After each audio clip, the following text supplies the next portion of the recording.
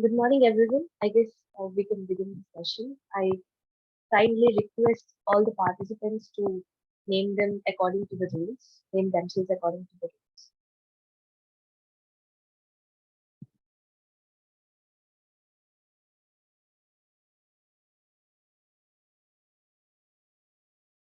I seek permission from both the judges to start the prelims round. Can we start the session? Yes, please start. Okay. Good morning, everyone.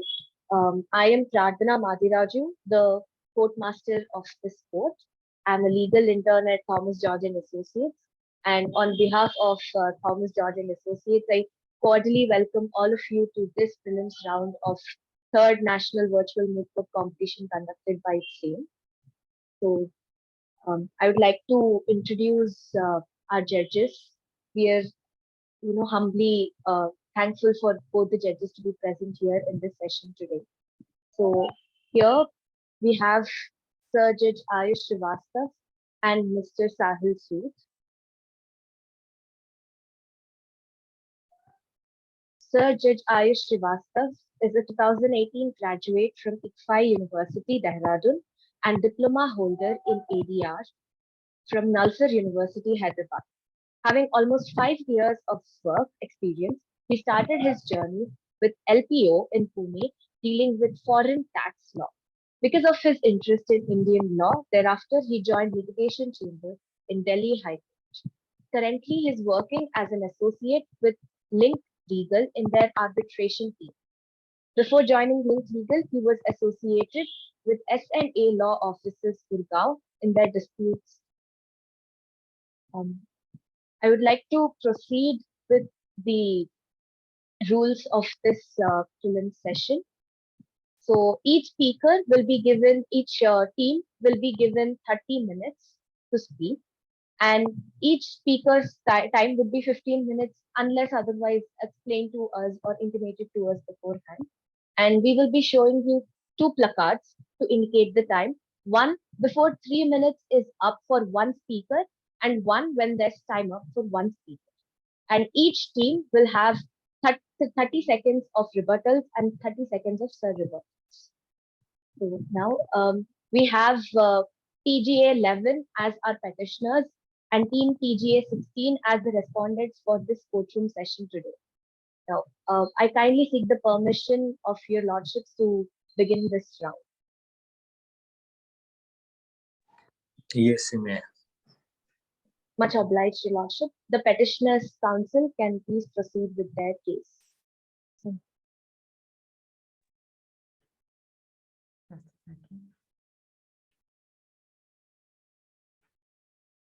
So good morning to one and all present here. The council seeks permission to approach the bench. Yes, you may. Your Lordship, this is council number 1 appearing on behalf of the petitioner in the matter of XYZ versus the Republic of Parliamento. The council seeks permission to collectively address the bench, Your Lordship. Yes, you may. Much obliged, Your Lordship. If Your Lordships are well versed with the facts of the case, the council seeks permission to summarize the issues for the same to the honorable bench. I would suggest that you should start with facts also. Much obliged, Your Lordship. Your Lordship, the facts in brief are the Republic of Parliamento, which has a population of around 140 crore, consisting of people from different strata of the society, education, and financial background, have succumbed to their lucrative interests and opportunities during the pandemic times. Owing to the quarantine, the digital transaction increased manifold. Though the Republic of Parliamento did not enact any laws to legalize the framework of the digital assets, currencies, nor the NFTs, there was an attempt by the Honorable Supreme Court to countermand the ban imposed by the RBI. The contemplations on the end of the government regarding the stance on cryptocurrencies and NFTs are still on the track, and at the interim, a new tax regime has been aimed at taxing gains and or the income from the virtual digital assets at around 30% and at TDS of 1%, which were implemented. Your Lordship, the council number 1 would deal with the issue of whether or not The government is justified in taxing digital currency, digital assets, NFTs, etc., which is not legalized yet, whereas its learned co-counsel would be dealing with the issue of constitutionality. Your Lordship, the council would like to now proceed with the arguments of the case. Yes, you may. Much obliged, Your Lordship.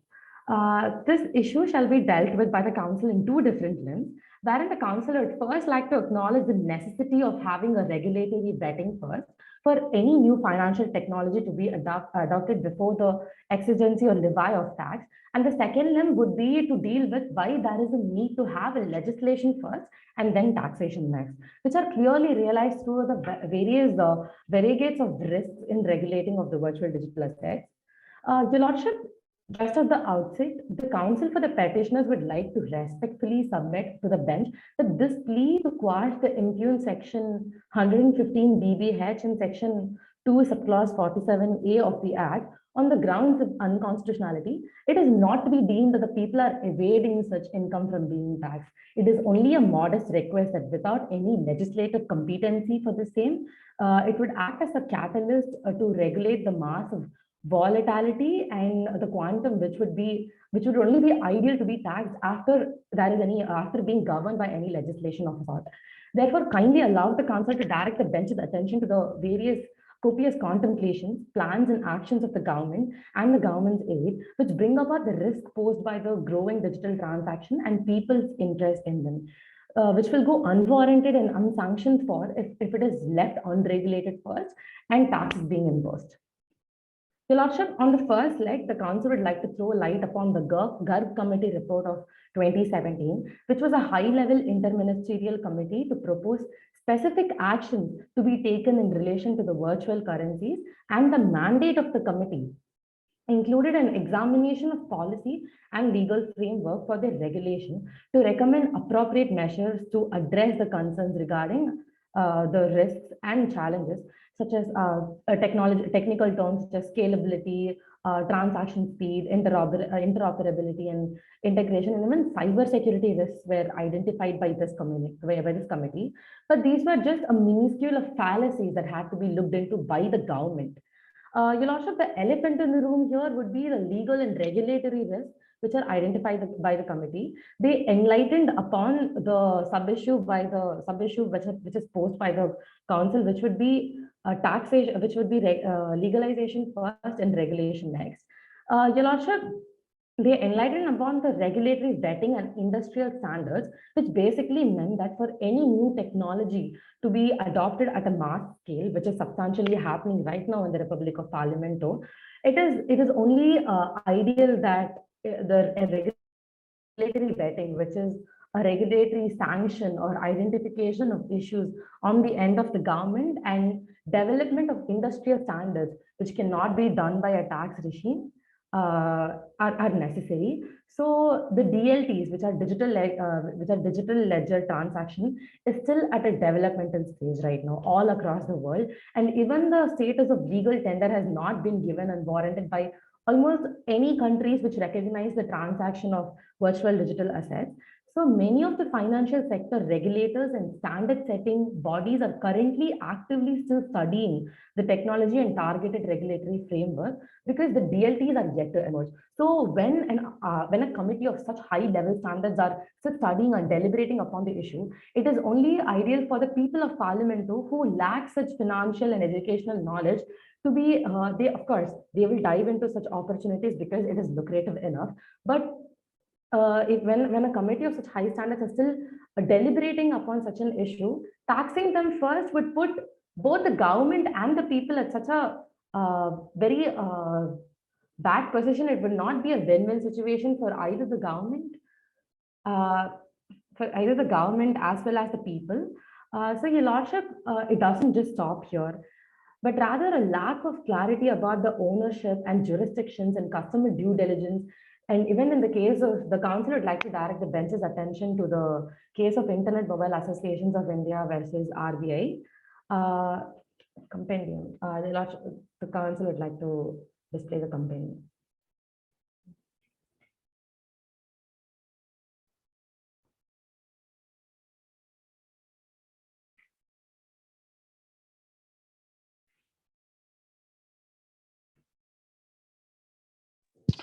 Council, I just wanted to ask you one thing. Which law are you relying on? Which act are you trying to put forward in this thing? Your Lordship, there is no act per se. The council is only solely relying upon in the Parliament of Constitution of Parliamento and the Income Tax Act, because the Indian sections are from this particular act. But also, since there is no legislative competency, as Your Lordship has rightly pointed out, uh, the council is currently relying upon the contemplations and actions on the end of the government regarding the same. Yeah, but government has to act under which, which proviso of any law or something like that. What you are, well, government has to frame any certain law regarding this, or you are trying to portray something wherein the government can see and look forward and then take an action against any of the actions which you want. Your Lordship, to satisfy your claim, there has been there have been a lot of deliberations regarding delegated powers and statutory powers of the RBI regarding the circular which they post forward. But as per, there are no sections or articles which the government had relied upon previously, at least, in order to bring forth any sanctions regarding the same. Is screen sharing. Your Lordship, kindly allow the council to share the compendium for Yes, you may please. oblige. Is it visible? Yes, it is visible. Your Lordship, regarding the GER committee,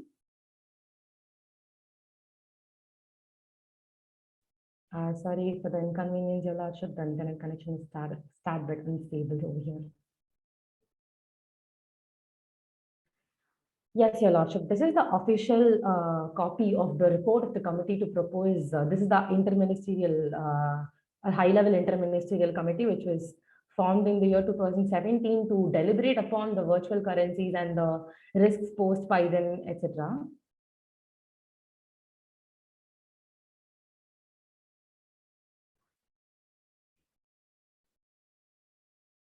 Your Lordship, the Council would like to direct your attention to the highlighted portion of the compendium, wherein the legal and regulatory risks of digital ledger transaction and virtual digital currencies have been highlighted. So here, the committee in itself, which was formed by the government, identifies a need for a legislation first and taxation next, or not just taxation, but any other exigencies or any other approaches to be done later on after regulatory vetting or a censure of a sort has been identified first. So here, regulatory vetting and industrial standards, just like the council has pointed out, is identified over here. And in the other highlighted portions talk about the lack of other risks posed by the usage of virtual digital assets. But under paragraph 1.7, where the recommendations are posted for the same, it has been directed here that the arms of the government, which are RBI, SEBI, IRDA, PFRDA, and IBBA, should also focus on DLT to explore building of an appropriate regulation for development of DLT in their respective areas. So although this committee has deliberated and discussed upon banning cryptocurrencies in the private sectors and the risks imposed by them, they've also noted that this could play an innovative, this could be a new important innovative tool which could play a major role in pushing the Republic of Parliament into a digital age. So they've also identified that there is no way that this could be banned. So this needs to be regulated is what this committee identifies. So I have a question. Indeed, Your Lordship. So the issue says that whether the government, whether or not the government is justified in taxing the digital currency, digital assets, etc., which is not legalized. Indeed, Your Lordship. Right. So basically, if you see, you know about the Parent Act and in the delegation, then the rules are framed. So suppose the Parent Act is Electricity Act, suppose, and the regulations are the regulation framed in pursuant to the Electricity Act to carry. Similarly, Constitution is a parent of all. So Constitution, if itself it's unconstitutional, because under what authority you are levying the tax for the gains, under which authority these are taxed itself are banned by the government. So by which authority? Your Lordship, under Article 265 of the Indian Constitution, it clearly states that a tax could be levied only by the authority of law. So here it talks about either a tax law could only be questioned under the authority of law if it doesn't have any legislative competency or if it is violating the fundamental rights of the same. The Learned Co-Counsel, Speaker number 2 would be answering your claims on that, but just to satisfy your claims, Article 265 would be answering your question, Your Lordship. So here, it clearly states about the Parent Act, which Your Lordship has been referring to, which is not present in the particular case. So that is why the government is actually not justified in imposing a tax regime first and then contemplating about the legality of virtual digital assets or NFTs or cryptocurrencies, Your Lordship. Okay. Your Lordship, moving on, am I audible? Yes, you are. Okay, thank you. Sorry. Your Lordship, moving on, the council would like to throw light upon a few practical challenges that needs to be resolved initially, which even if the tax regime has been put forth, would not satisfy, and only a legislation can answer such confusion and perplexities, if the council may. So, which cannot be answered by the tax regime, but only a legislation would hold the key to unraveling the solution. So the tax provisions are silent about the valuation mechanism to be adopted for computing a fair value of consideration on the transfer of virtual digital assets. Here, the council would like to point out that the GARG committee report, the Internet Mobiles and Association of India versus the RBI have all meted out this one fact that cryptocurrencies, virtual digital assets, BLTs, NFTs, no matter what, are not backed by a legal commodity of the government. Here they lack value. So that is why it points about it comes about the constitutionality, because it directly hits the doctrine of intelligible differentia. The co-counsel will deal with the same. And here, moving on with the second limb of the argument, which would be the need for the legislation first and the taxation next. It is actually realized throughout the various risks of regulating the virtual digital assets.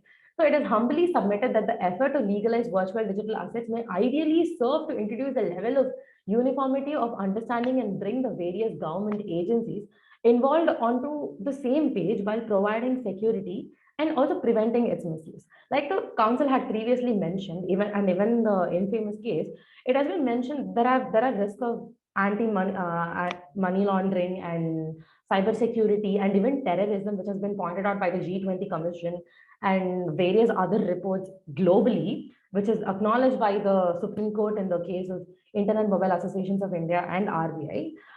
It has been submitted that in the Republic of Parliamento, the VDA trading platforms are witnessing a substantial jumps in volumes, which, if properly regulated only via a legislation, can be a win-win situation, which has been lacking because of the tax regime, as well as by the investors. So at this juncture, it is pertinent to note that the government has previously proposed schemes to regulate or ban the private functionaries indulging in virtual digital assets.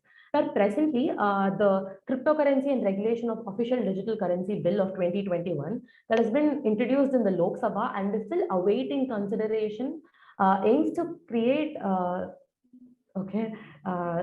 the council seeks time for extension for just 2 minutes. Yeah, please, you can speak for 5 minutes. But my first question is that please explain how intelligible differentiate Article 14, the test of Article 14 is applicable in this case. Your Lordship, that would be dealt by the co-counsel, because the co-counsel would be dealing with the issue of unconstitutionality. But just to satisfy your claims, when it comes to cryptocurrencies, literally anybody, any person can start their own platform for their trading. So when left unregulated, it talks about, in doctrine of intelligible differentiate talks about reasonable classification, which aims to deal with every person equally under the same bracket, right? So when any person who starts their own platform for virtual digital currencies won't, if there is no legislation which regulates them or which talks about legalizing or legislating upon them, would be left unattended, and the tax provisions essentially per se can be evaded by them. So here, doctrine of intelligible differentia would be affected or breached upon even by the end of the government because of lack of legislation. Your Lordship, the council would like to proceed on, would like to sum up and wrap it up. Go ahead. That's a pleasure, Lordship. So, like the council has previously pointed out, the cryptocurrency regulation of official digital currency bill of 2021 was introduced in Lok Sabha and it is awaiting consideration. It aims to create a facilitative network for the creation of official digital currency to be issued by the RBI, such as simulation of digital transaction, which is currently going on, or simultaneously going on. So tax could be levied. It is only a humble request that a tax could be levied once this bill has been considered, for it addresses the lack of clarity and confusion that essentially a tax provision thus far has not been has failed to answer. So for the last limb of the argument, the council would like to direct the bench's attention to the infamous RBI circular of 2018, which elucidated the public regarding the prohibition on dealing in the virtual currencies. Of course, it was overturned by this honorable Supreme Court in the case of Internet Mobile Association of India versus the RBI. The council relies upon this case to make its final plea to bring about a legislation first in the tax first, because even the honorable bench in that case has observed that the Central Board of Direct Tax, by an office memorandum in the year 2018, contained an advice to carry out legislative amendments before banning them, and also acknowledged that a non-regulation for the same could amount to tax evasion in various places. So due to growing lucrative opportunities, this niche, this platform has offered thus far. So therefore, your lordships, it's humbly contended by the petitioner that though the income earned by the virtual digital assets do fall under the bracket of taxation, irrespective of its non-legality or non-unregulation, it is only wise to bring about a legislation to regulate its transaction and then tax it further owing to its deepening perplexities. The council would now like to, any further questions if the judges have any, if your lordship have any. No, you may move ahead. The council seeks permission to recuse and over on to the learned co-counsel. Much obliged, your lordship. It has been an honor arguing in front of this honorable bench. Thank you.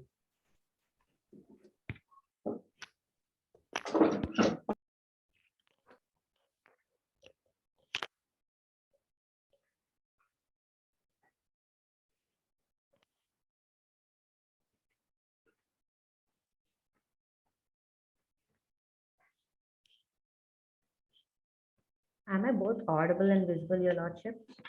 Yes. May it please the Honorable Court. This is Counsel 2 on behalf of the petitioner in the present case, XYZ versus Republic of Parlamento. Counsel 2 appears on behalf of the petitioner. Counsel seeks permission to address this bench collectively as your lordship. Yes. Much obliged, your lordship. Counsel 2 will be dealing with the second issue, that is whether or not Section 115 BVH of the Income Tax Act is violative of the Constitution. It is humbly submitted before the Honorable Supreme Court that the Section 115 BVH of the Income Tax Act is violative of the Constitution because, firstly, the government has no legislative competency to levy tax upon the virtual digital asset, and secondly, impact of the Supreme Court setting aside the ban of virtual digital asset. The first limb of the issue is regarding the lack of legislative competency to levy tax upon the virtual digital asset.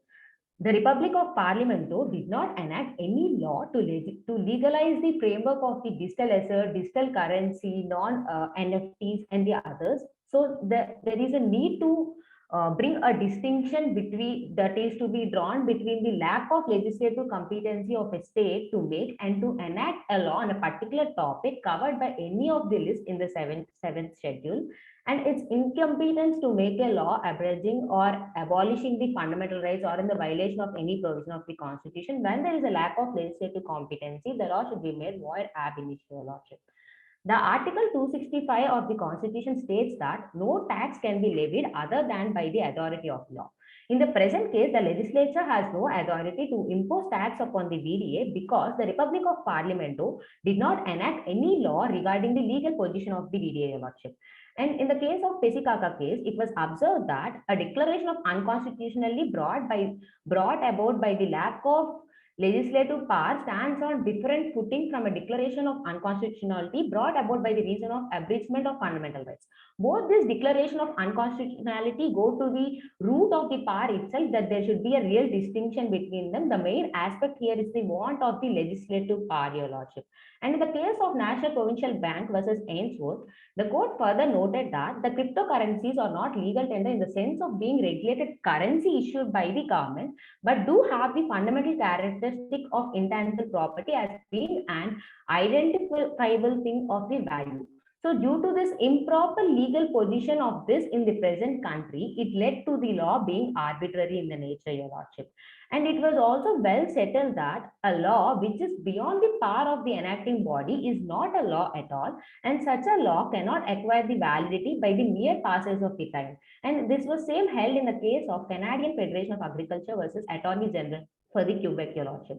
And the power of the statutory authority to do something has to be tested normally with reference to the persons or entities whom the power is exercised.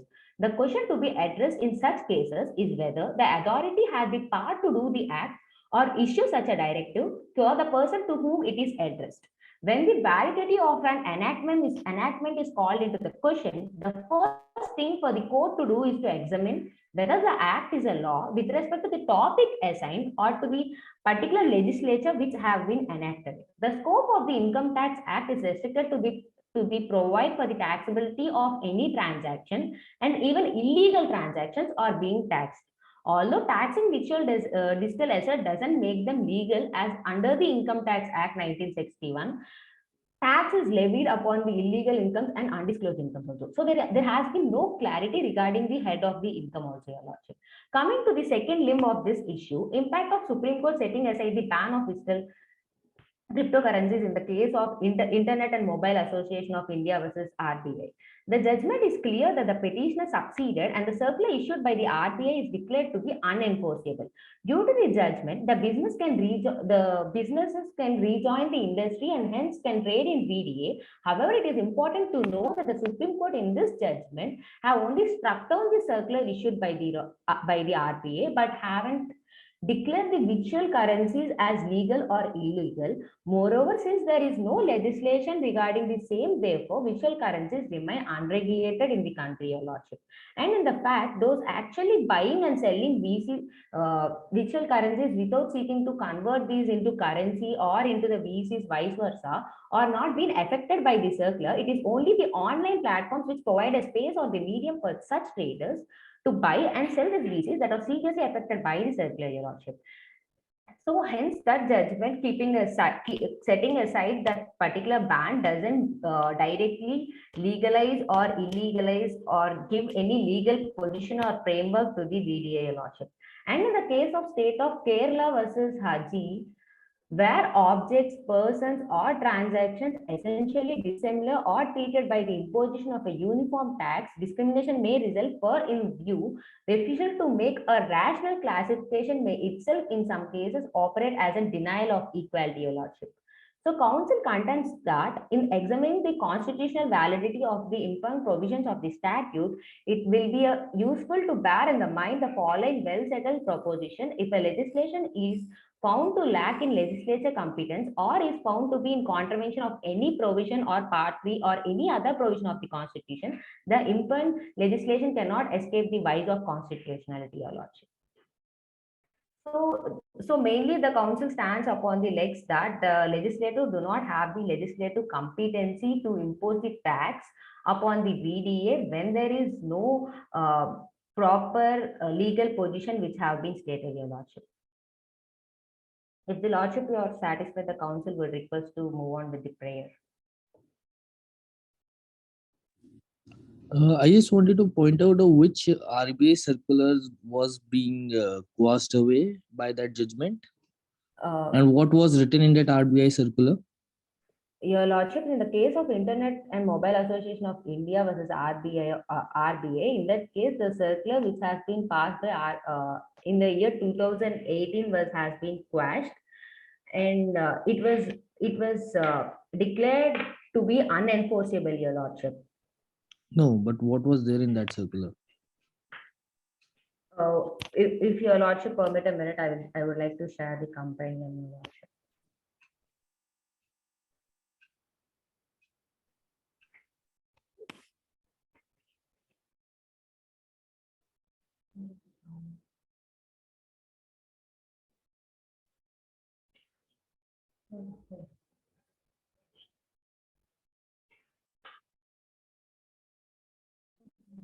You can just read it out what was there in case if you know it, what it is.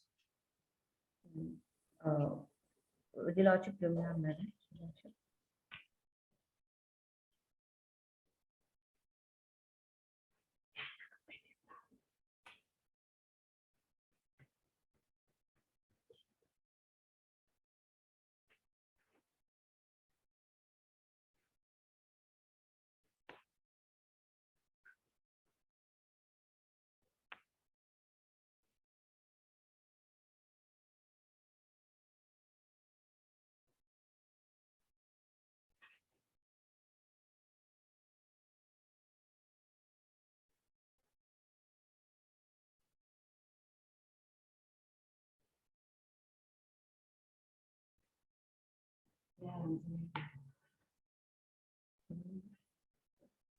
Nevertheless, you move ahead because it's the wasting of time. 1 minute, your lordship.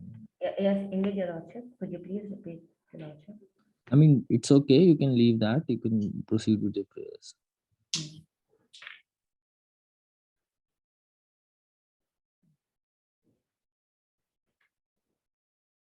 Prayer, wherefore, in the light of the facts stated, arguments advanced, and authorities cited, it is most humbly prayed and implored before the Honorable Supreme Court of Parliament, though, that it may be graciously pleased to adjust and declare that the government is not justified in taxing digital currencies, digital assets, NFTs, etc., which are not yet legalized, and Section 115 BBH of the Income Tax Act is violative of the Constitution. Also, pass any order that the Honorable Court may deem fit in the favor of the petitioner to meet the ends of the equity, justice, and good conscience. For this act of kindness, the petitioner shall duly bound forever. Pray, your lordship.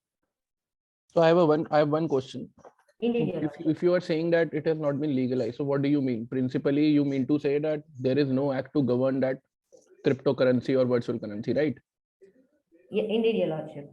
So what about section 247A? It already defines virtual assets. Indeed, your lordship. Section 2, clause 47A only defines what is virtual digital asset, but it did not legalize or did not talk about the legal position of that in the country, your lordship. So basically, you're trying to say if something is defined in the act, if that is legal or that is illegal, that should be there in the act. Your lordship, in the act, it was just defined what comes under VDA, but it didn't talk about the position. What the council contends is that as the lack of legal position, it states that the government right now has no authority to impose tax because we don't know the legal position of that, your lordship, in the country. But isn't it there is nothing contrary to it also? There is nothing which is banning them. Indeed, your lordship, as there is nothing banning them doesn't mean it is legal, your lordship. But if something is there, if some circular is there or some judgment is there stating that the gains from the virtual currency can be taxed, it means that government has impliedly legalized, because if there is a currency, suppose for example, the moot question is there is a currency that has not been legalized in written, okay, but the gains from that particular currency has been legalized by the government stating that no, we will take the gains from that currency. However, that currency has not been legalized, right? This is a moot question. So you are saying there is nothing on record stating that it is not illegal, right? But how, in the contrary, there is nothing on record stating that there is nothing on record proving that this currency is illegal. So by impliedly legalizing the gains from such currency doesn't mean that the currency itself being legalized.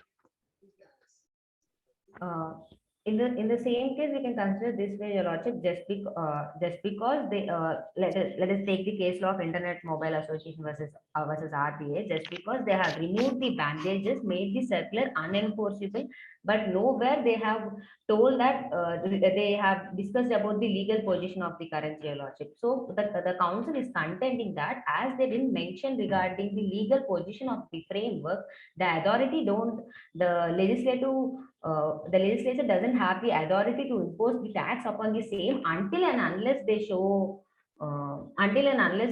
the legal position, Your Lordship. My question is, you are saying it's not been legalized. My point Yes, is, Your Lordship. it can be argued from the other way that it is legalized because there's nothing on record contrary to it. And second, that if the gains from such currency is legalized, that means the currency itself is legalized, because government is saying we can take the gain from such tax. If you read section 115 BBH, it says 30%, right? So you can read it in a way that cryptocurrency, if you transfer the cryptocurrency, 30% tax will be taken by the government, which means that gains from such tax, gains from such currency can be levied by the government with the authority of the law. And now what is the authority of the law? The authority of the law is that section 247A defines virtual currency, and if it is defined in the Income Tax Act, there is nothing on record stating that it is illegal. Government now is declaring that no, we will take the gains from it. That means it itself is legalized, isn't it? Indeed, Your Lordship, the council is stating that when coming to the 2021 circular, that RBI narrowed down the definition of VDA, where it has defined what comes under this, and coming to the aspect where gains were legalized, they have legalized the gains but not the currency, even where it differs the legal position, Your Lordship. That is what council is trying to contend, Your Lordship. Okay.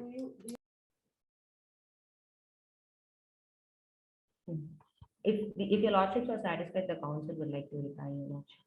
Yes, please.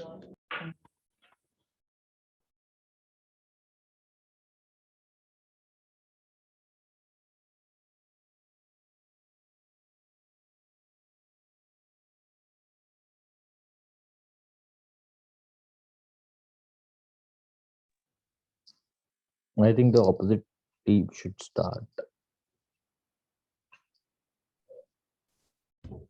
Council seeks your permission to approach the dais, Your Lordship. Yes, please. The council may address the bench as Your Lordships further. Oh, can you just put your laptop towards your side, because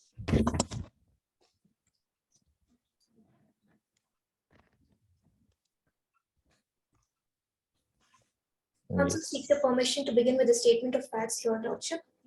yes, Yes. The Republic of Parlamento is the largest democracy with a world population of around 140 crores. And here, the Republic of Parliament is thus a secular, socialist, economic, and a democratic nation. During the 2020, when the world was affected with the COVID-19 pandemic, that is when the digital currencies use increased steeply, and digital assets have been on rise ever since. The Republic of Parlamento did not enact any laws to legalize the framework of digital assets, virtual digital assets, digital currency, and non-fungible tokens. An attempt to ban these forms of digital currency or assets was set aside by the Honorable Supreme Court of the Republic of Parlamento. And citizens were perplexed because there was a 30% tax being imposed on the digital currency, VDAs, and NFTs. And the various citizens also filed a writ petition before the Honorable Supreme Court, challenging the insertion of the new section 115 BBH of the Income Tax Act. Counsel for Respondent seeks permission to proceed with arguments advanced. yes, please. Issue 1. Whether or not government is justified in taxing digital currency, digital assets, NFTs, which is not legalized. It is most humbly submitted to the government by the government to the court that recently there is a section passed, which is section 115 BBH of the Income Tax Act 1961 through the Finance Bill of 2022. which imposes a tax on profits earned by VDAs, NFTs, and digital currencies. These income can be classified as capital gains, profit from income and business, and trading as goods under the GST Act.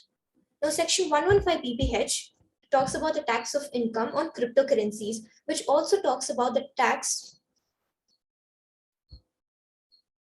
which leaves a 30% tax, not just on profits and the gains which come from the business, but also on income from other sources. Now, this income from other sources includes cryptocurrencies and VDA, which is section 47 capital A talks about VDA, which is the virtual digital assets.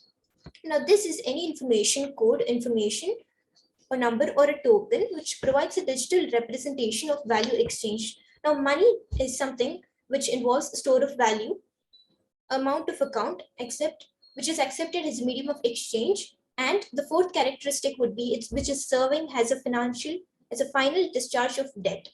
Now, VDA satisfies the first two characteristics, which is store of value and amount of money. Therefore, a VDA can be noted as a currency. Now, RBI has power to deal with it, even if it is not a currency, but it is used as money. Whereas VDA satisfies the first two characteristics and it has been termed as a money.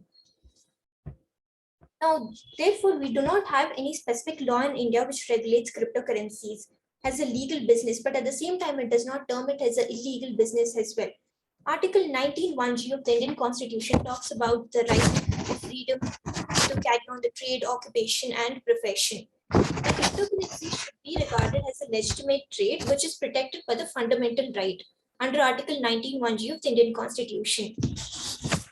But just because the rights and the freedom is given under the fundamental rights, it does not mean that government doesn't have any rights to impose reasonable restrictions. Under Article 19 Clause 6, government has rights to impose reasonable restrictions.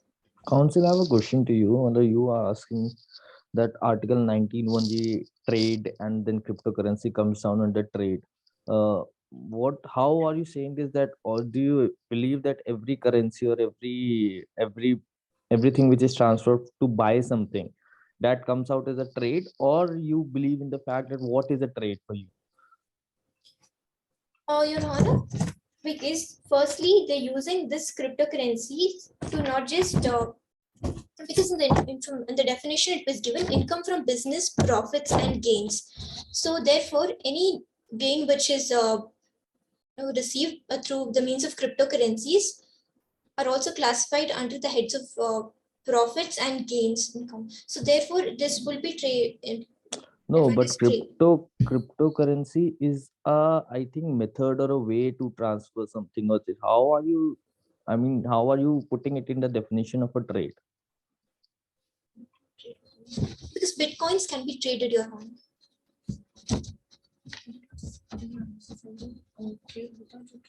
Bitcoin can be traded. Okay. Okay. Yes, and in the case of Dr. Y.P. Singh versus State of UP, it was held that under Article 19, Clause 6, government has rights to impose reasonable restrictions. And in the case of Internet and Mobile Association versus RBI, in this case, the RBI issued a circular to trade, which is not to trade in virtual currencies and forbid them. There's a writ petition filed by the IMAI challenging the proportionality of the circular which is issued by the RBI. Now, RBI. I asked you the same question. In this case, what was the RBI circular and what was written in that RBI circular? Yes, Your Honor. So RBI issued a circular stating that the virtual currencies must be banned. But then it was not banned. At the same time, it was not declared illegal. Their appeal by the IMIA stated that RBI cannot impose such restrictions and ban them. Here, there was a judgment given that the judgment was relying on the principle that whether or not any such direct or indirect harm suffered due to the trading of VDA, but then it was held that there is no harm. Therefore, it was not banned.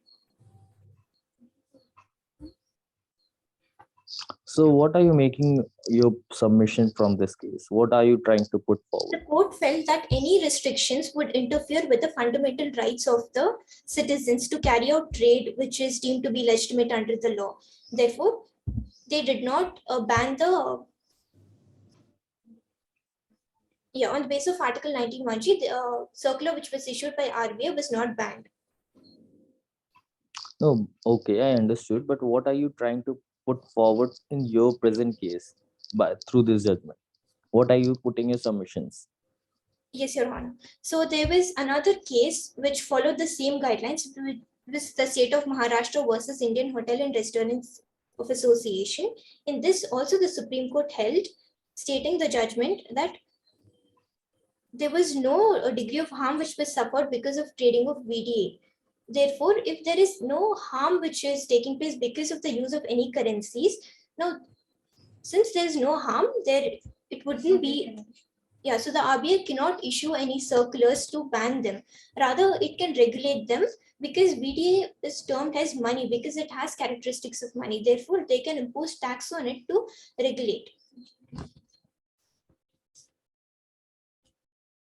And here, the main goal of the Income Tax Act is to include all forms of income, which is by means of income. Now, when we state income, it is not necessary that it has to be only the legal or illegal. Just because the government is not imposing anything and telling them that it is not legal or illegal, it does not mean that the government can allow it to be going on.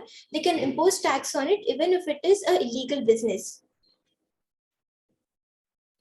And here, in case the income, if it is earned by means of legal or unlawful ways, it is not being taxed. In the case of CIT versus Thangamani, it was held that illegality of the business does not have any bearing on its taxability. Therefore, even if your business is earning income by illegal means, it does not mean that government doesn't have any power to tax it. It can tax. In the case of CIT versus SC Kotari, the Gujarat High Court was asked the same question whether income from unlawful commerce was taxable.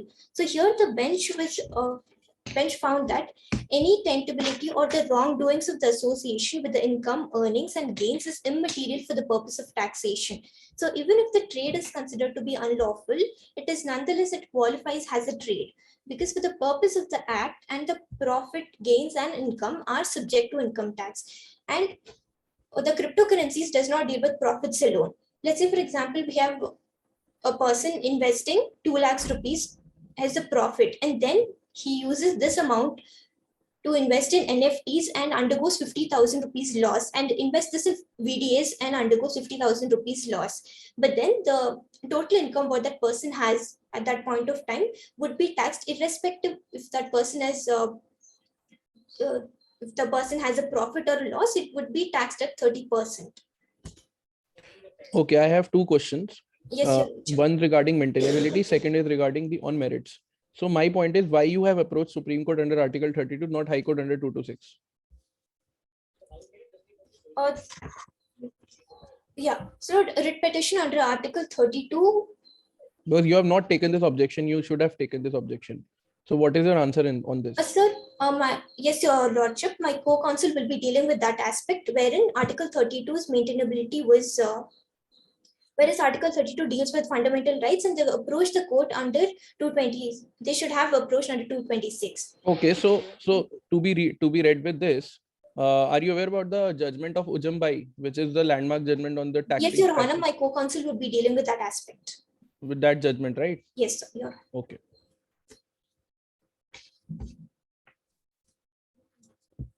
So in the case of Gopal Naren Singh versus CIT, it was held that the word income is not restricted to the words of profit, gains, or anything which can be designated as income, which is liable to be taxed under the IT Act, unless expressly exempted. So this was held. And regarding the taxation of cryptocurrencies, it is important to note that the transactions, regardless of their format, it may be subjected to taxation if taxed because it would generate an income to the government.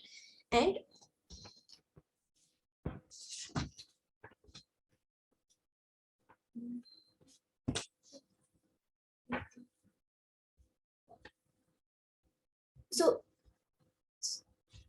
So initially, RBI wanted to impose a ban on cryptocurrencies because they can use this amount for money laundering, for terrorism act, and other aspects. So since the ban was not imposed, and here they say that still it was not held as illegal.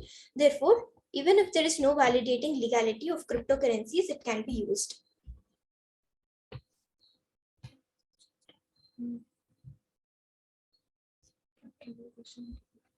So basically, Also, you're making the Council submission. for respondent to ask if there are any questions from the Lordship. So my question is, number one, so basically your limb of argument is that there is a provision of 115 BBH which says that gains can be taxed, and Yes, sir. the gains from such currency is banned. There is nothing, no document, no act, no section, no regulations governing that cryptocurrency. Therefore, it is, this section should be declared ultra vires of the parent act, which is income tax act. This is the argument, right? Oh, no, Your Honor.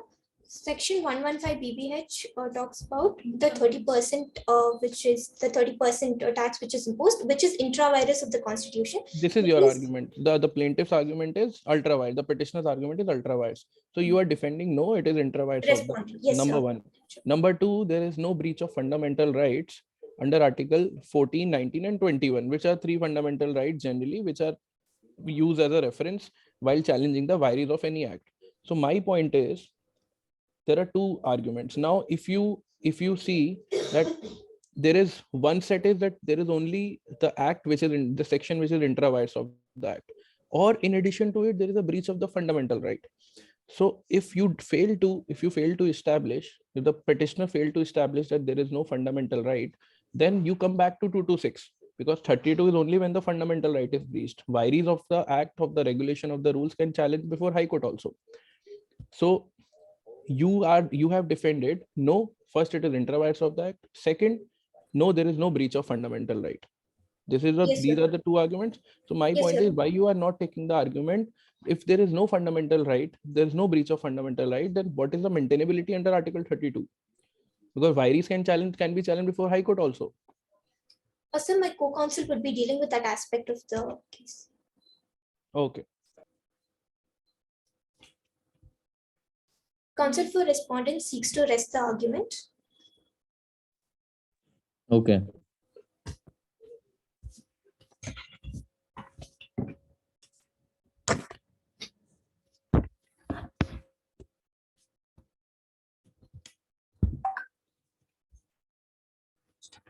Council seeks permission to approach the bench as your lordship. Yes, you may. Much obliged, your lordship. So I'll be dealing with the issue 2. So that is whether or not Section 115 BPH of Income Tax Act is violative of the Constitution of India.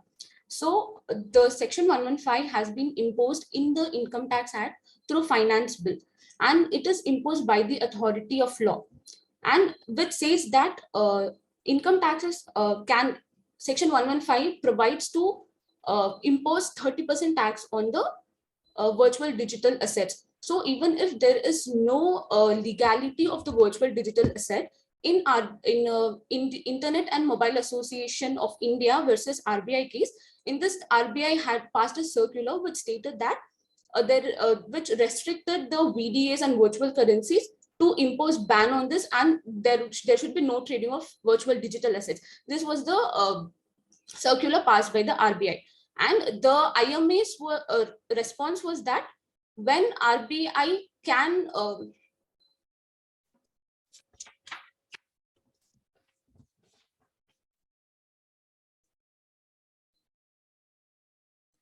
RBI do not have any legislative power to prohibit the trading of virtual digital assets because it violates Article 19(1)(g) of the Indian Constitution. And Article 19(1)(g) of the Indian Constitution states that the citizens have fundamental right to carry on any trade, business, or occupation. So the court felt that if there is a ban on virtual digital assets, it would restrict the Article 19(1)(g), that is the rights of the citizens to carry on any trade, business, or occupation as they choose. but it is not even termed as illegal. So if we see illegality or legality of the business and then impose tax, the illegal trade would earn a lot of money and the government would be left behind without any income. So even if the illegal or legal business does not have any proportionality in this, because the government can impose tax. Imposing on illegal tax doesn't mean that illegal trade is termed as illegal. So that is the regarding the Article 19(1)(g), and the same was held in the Commissioner of Income Tax versus SC Kothari, that the income earned by illegal or legal means does not have any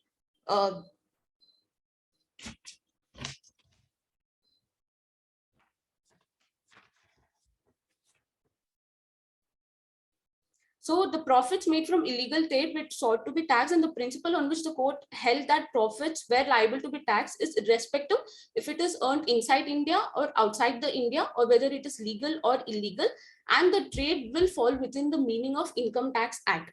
So even if there is no law regulating the income, the cryptocurrencies, it can be taxed because it would generate a lot of money to the government to help the citizens basically.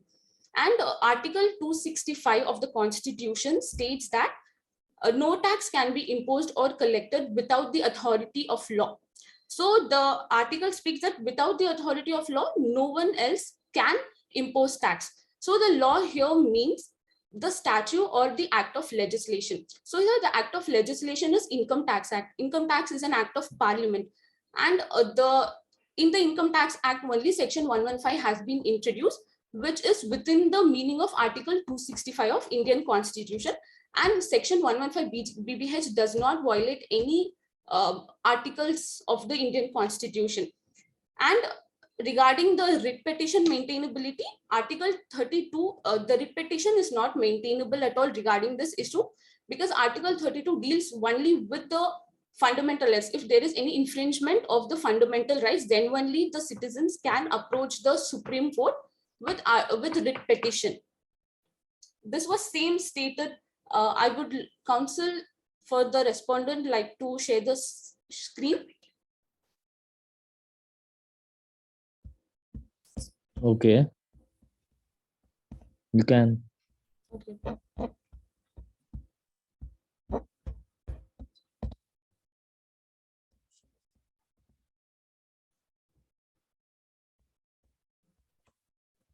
So in the case of Srimati Ujjambai versus State of UP and another, in this the taxation is protected under Article 265 of the Constitution, and hence it falls outside the scope of fundamental rights, and hence writ petition under Article 32 is not maintainable, because taxation is not the fundamental rights of the citizens, and Article 32 deals only with the fundamental rights of the citizens, and if there is infringement of any fundamental rights, then only the citizens can file a writ petition.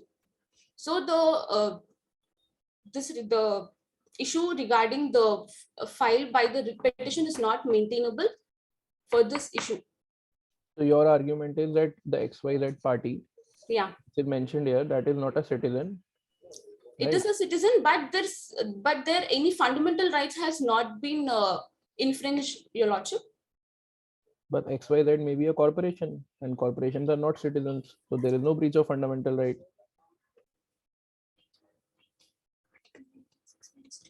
Article 19(6), we have a reasonable restriction which the government can impose.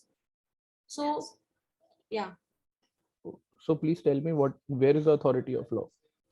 Merely imposing tax is not the authority of law. Where is that rule? There is the governing statute which says that this is a virtual currency. This is how it is regulated. Like in mutual funds, there are a set of rules by SEBI. In mutual funds, in the equity shareholdings and everything, there are a set of rules which governs that. So where is that authority of law which governs the virtual currency?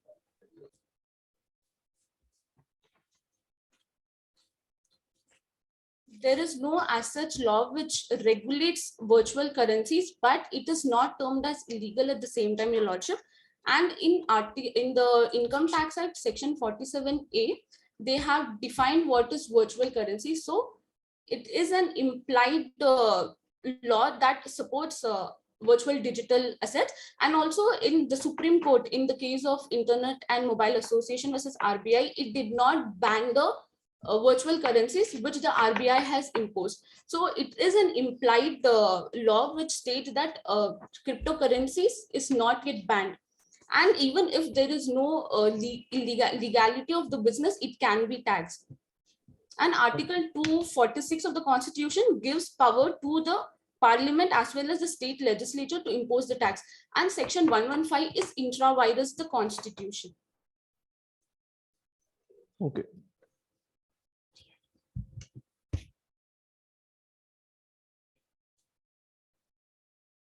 And I would like to conclude by saying that Section 115 is within the ambit of Constitution of India, and it does not violate any other constitutional rights. And the writ petition filed under Supreme Court is not maintainable because that is not the fundamental, taxation is not the fundamental rights of the citizens. Counsel, for the respondent, seeks permission to follow with the prayer. Yes, you may. Wherefore, in the lights of issues raised, arguments advanced, and authorities cited, it is humbly requested that this Honorable Supreme Court may be pleased to adjudge and declare that the writ petition is not maintainable under Article 32 of the Indian Constitution, and that the government is justified in taxing digital assets, digital currencies, and even if it is not legalized in India. And the Section 115 BBH of the income tax is not violative of Indian Constitution. And may pass any such order that it deems fit in the interest of justice, equity, and good conscience. And for this, respondent, as in duty, shall humbly pray. So please explain the Ujambai judgment. Sorry, Harsha. You have not explained the test of Ujambai. Should I explain more of the Ujambai case, Your Lordship? Yes, because the breach of fundamental right is mentioned therein only. What is the test on that? There is no breach of fundamental rights, Your Lordship, because every person has a right to carry on any trade or business as they want. And it is by the authority of law. It is with the authority of law whether the law can impose tax or not. The government has the authority to impose tax or not. So Section 115 and IT Act is an act of Parliament, and the Parliament has only imposed the law. This section, Section 115 of BBH in the Income Tax Act, which is within intra-virus the Indian Constitution. That is Article 265.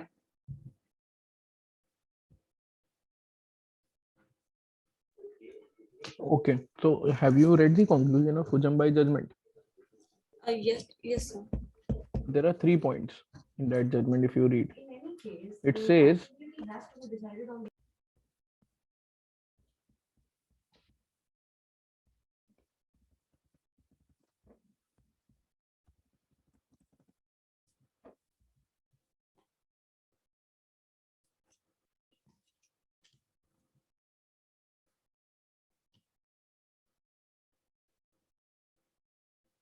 Your Lordship, in this case, it was held that the petition which was filed regarding the sales tax will not be maintainable under Article 32, and it is liable to be dismissed. Because the taxing statute, which is intra-virus the Constitution, and the citizens have no right to question the authority of law whether they can tax or not. So I'll read. It says that question of enforcement of fundamental right will arise if a tax is assessed under a law, which is in your case, it is assessed under a law, which is Section 115 BBH. Now it is void under Article 13A, 13B, and is ultra vires of the Constitution, where it is subordinate legislation, and it is ultra vires the law which is made in consistence with any law. Second, a similar question will also arise if tax is assessed or levied by the authority. Right, in your case, it has been levied by the authority, other than the empowered to do so under taxing law, which is not your case, in violation of the procedure prescribed by the law or colorable exercise of the powers conferred by the law. Now, what do you mean by colorable exercise? That there is no authority of law. Without having authority of law, they have drafted this section 115 BBH and say we will take 30% of the cryptocurrency, transfer on the cryptocurrency. Now, where is the cryptocurrency? Where it is legalized or where it is any set of regulation which is defined, merely stating that no fundamental right is breached and there is no question of enforcing fundamental right when the tax is assessed under a valid law following the procedure laid down, even though that is based upon an erroneous construction of the law, except when by the reason that construction placed upon the law of a tax is assessed and levied which is beyond the competence of legislature. Have you taken this argument?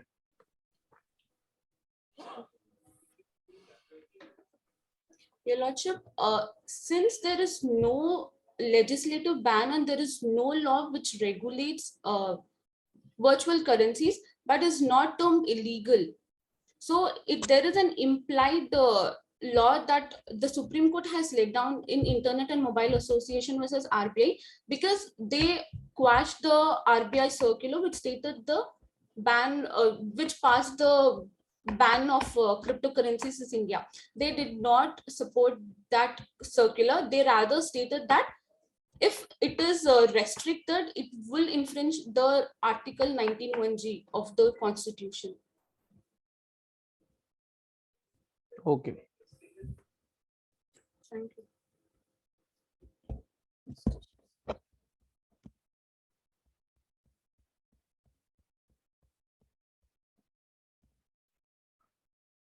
Your Lordship, the council seeks permission to rebut the arguments of the respondents. Are the rebuttals allowed in this preliminary round, Court Master? Yes, sir. 30 seconds of rebuttals and 30 seconds of rebuttals. Okay. Much obliged, Your Lordship. The counsel for the petitioner has just 3 questions which are restricted to their arguments. First question would be directed to the counsel. Lord Counsel of the respondent, could you kindly detail upon whether or not the government is concerned about the legality of the source of the income? Considering that the virtual digital assets are non-legal, don't you think the government should tax them just because they're illegal? So the second question would be, what is the status of cryptocurrencies and virtual digital assets with respect to legal tender, considering you've argued that they can be traded? Because all around the world, the status of legal tender is still subject to deliberation. And the third question would be, as constitutionality can be questioned under 2 grounds, which is with respect to violation of fundamental rights and legislative competency. Council would like to rebut upon the legislative competency of the government to impose the tax. With the counsel of the petitioner along with the rebuttal.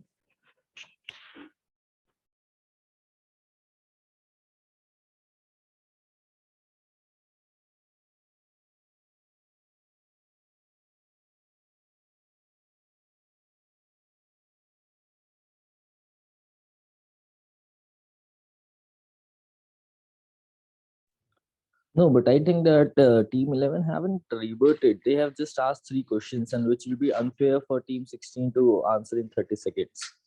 I mean, that's not possible.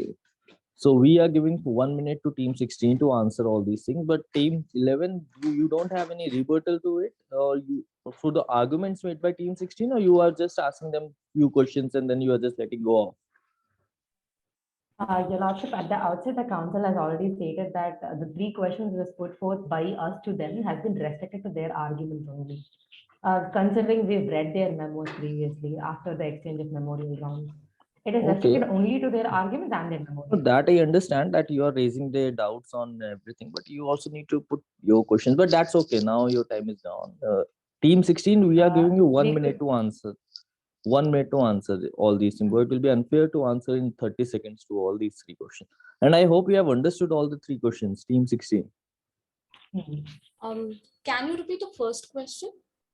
Yeah, sure. So the first question would be, could you kindly detail upon whether or not the government is concerned about the legality of the source of income? Because considering that the virtual digital assets are not legal, don't you think the government should not tax them just because they're illegal? If the government doesn't tax, the virtual digital assets will keep on earning their income and there will be no as such profits for the government to run the business. And in the same RBI case, it was not termed illegal. So there is no regulating law that regulates virtual currencies, but at the same time it is not illegal. And if the government sees whether the tax should be imposed after it is legalized, till then the illegal business which has been carried, or the business which has not been termed illegal, they would be generating a lot of income, and the government will be left out with the income that has been earned. So it will be a premium for them if they do not impose tax. But even if the government imposes tax, it does not mean that illegal business will be termed as illegal. I'm sorry, illegal business will be termed as legal. So government cannot wait till the tax, till the cryptocurrencies are regulated in India. And the second question.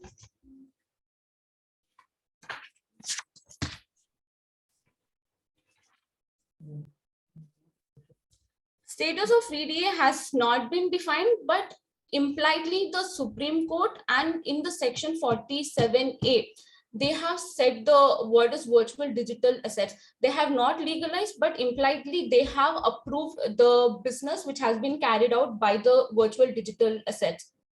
So whether they impose tax or they do not impose, it doesn't mean that they cannot tax on it.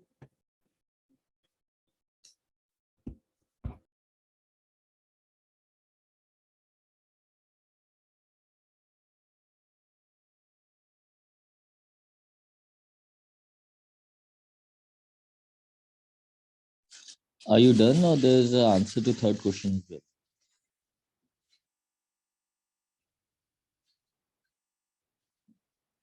well? Can we answer, Your Lordship, because the time was up? Yeah, you can answer. Obviously, we'll Okay. give a fair So justice. the third question was whether there is any legislative competence to impose tax with the parliament or the government. So here, Article 265 gives right or power to the government or the state legislature to collect or levy taxes.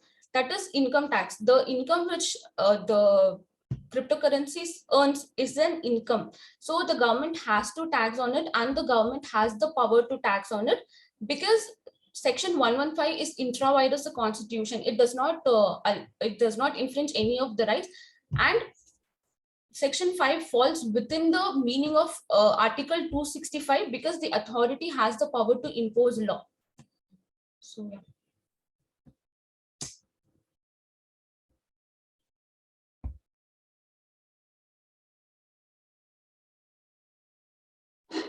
Okay, Court Master, what's the next step? Sir, if the respondents have any rebuttals for the petitioners, they can go ahead. How much time? At same, Your Lordship, 30 seconds for rebuttals and 30 seconds for further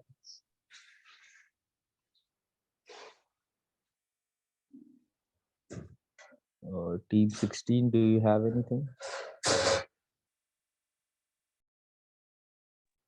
No, Your Lordship. Okay, then I don't think the team 11 should get a chance to respond also.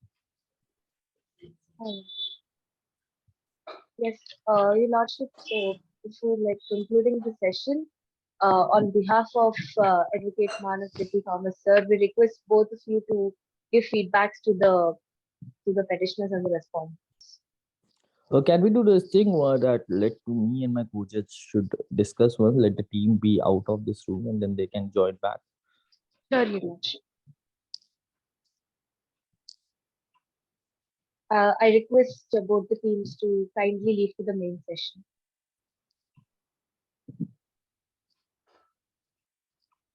And this Karthik Ramana, he is from organizer itself? No, Your Lordship. I think with the audience, I'll request him to leave as well. Few minutes.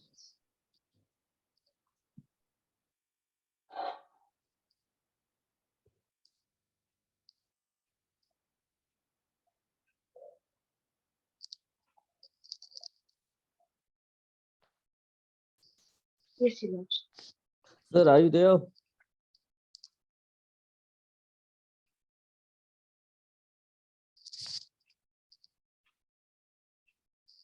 Sahil, are you there? Yes. तो क्या है sir बताओ decision Your Lordship, we can proceed with the feedback session with the teams whenever you're ready.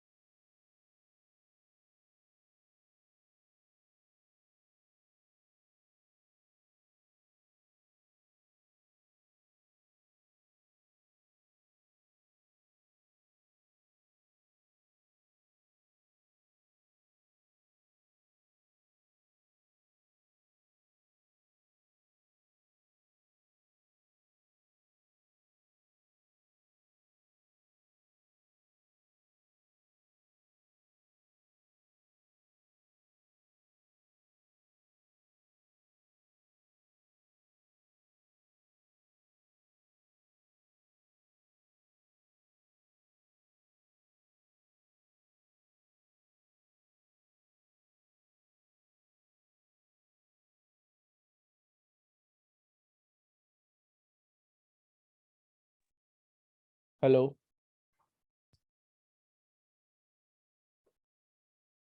Hello. Yes. So there is a feedback from me and Ayush. Team 1 and team 2, right? Petitioner and respondent. So presentation is good for both of the teams. Presentation is good for both of the teams. Interpretation of law is good for both of the teams. Application of law is not good for both of the teams, because you know the law and you have to apply it. There are two different things, right? So there is no authority of law. This was the argument taken by the petitioner, and the other side said Article 19(1) derives the authority. But where is a rebuttal of Article 14, which has been taken by petitioner? Intelligible differentiate, that is not taken by respondent. So I think rebuttal is also weak for both of the side. I'm not saying one, but both of the side have not taken rebuttal to each others properly. citation is weak for both of the sides, and referencing is very weak for both of the sides, because when we asked the question about the RBI circular and everything in sort of the judgments, nobody could answer that. So yes, otherwise the arguments are good. So this is a feedback from my side. Focus on application of law. That's it. We'll make a note of it, sir. From my end, because obviously I won't go into the detailing and very practical aspect of it, because my learned judge has already given you about that how both the teams have performed. I want to give. I would just want to ask you which year you guys are in, just like which year of law school you are in.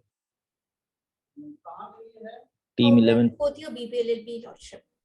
and your team 11. Ours is fourth year BBLLB, sir.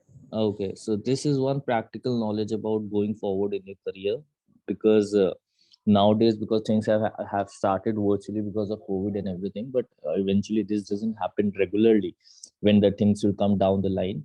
So because moot court is basically one of the type wherein it's mostly a replica of a courtroom.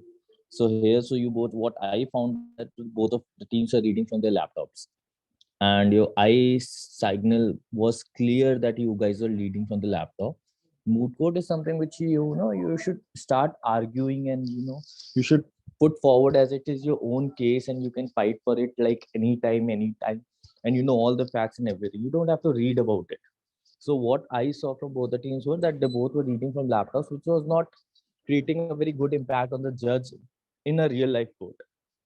So you guys need to put more focus on into it, and then obviously being a part of a moot court and these type of competitions wherein debate is happening, you guys need to incorporate and jot down what the other team is saying, and then try to build and argue and then defend your own case by either rebutting it to it them, or also trying to frame your own case out of what the facts is given. Now, for example, like what I asked from team 11 during the rebuttal, that you gave 3 questions to them to answer. A very practical knowledge. 3 questions you gave. First of all, you didn't get a chance to rebut your own case, that what their argument was. Number two, the questions that you frame, whatever answer they will give, like suppose you ask X, they give Y, you don't have an option to reply to it. So you need to put something forward while rebutting, wherein you also have a chance to win, because judge will see, okay, you are asking X, they are replying Y, who is correct? You don't know. So you also need to tend forward to see how the reply is being asked and what the rebuttal is being asked, and you need to put forward. Rebuttal is basically a closing statement for your aim case, and you have to make a case out of it. So these are the few small things. Rest, both the teams are good. Results will be announced by the organizers. So you guys wait for it. All the best for your life ahead. And in case, please just think forward and work like a lawyers going forward. Try to use applicability of mind and law, and try to use case laws as much as you can, by remembering the facts of the case as well. It's not that you have just to cite the case. Like for RBI circular, no one knew what was there in the RBI circular, but everyone was citing the same case, both the teams, but they didn't knew what was there in an RBI circular. So court can ask you anything, any point of time, and we have to be prepared for everything. So this is one small feedback, and all the best to both of you.